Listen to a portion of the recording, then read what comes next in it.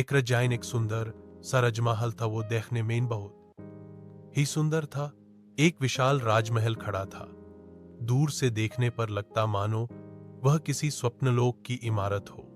कभी यह महल एक समृद्ध राज्य का केंद्र था, जहां राजा विक्रम सिंह अपनी प्रजा के साथ शांति और समृद्धि से रहते थे।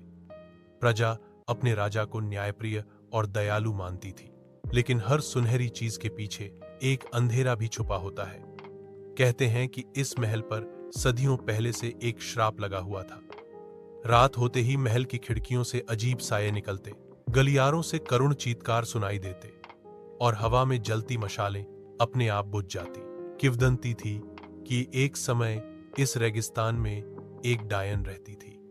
उसके साथ एक भूत भी था, जो कभी महल का ही सेनापति था, लेकिन धोखे से मारा गया और उसकी आत्मा भटकती रह गई।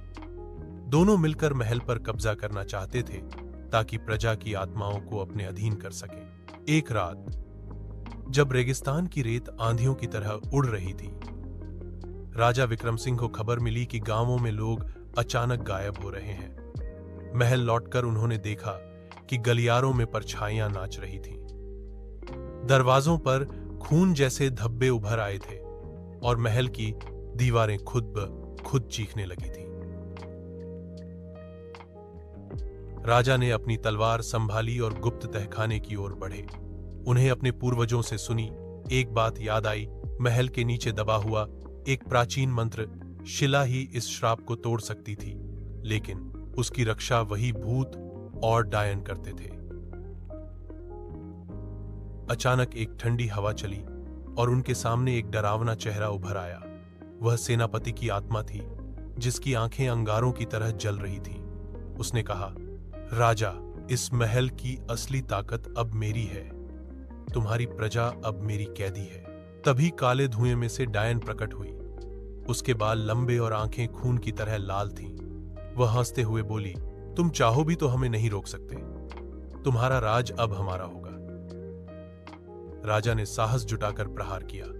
तलवार का वार भूत के आर पार चला गया, लेकिन उसकी हंसी और भयानक हो गई। डायन ने अपने हाथ उठाए और अचानक पूरा महल हिलने लगा।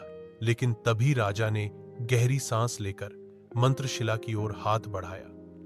जैसे ही उन्होंने उस पर अपनी तलवार मारी, तेज प्रकाश पूरे महल में फैल गया। चीखों की गूंज रेगिस्तान तक सुनाई दी। भूत और डायन तड़पते हुए राख में बदल गए। सुबह होते ही महल शांत था। प्रजा सुरक्षित थी।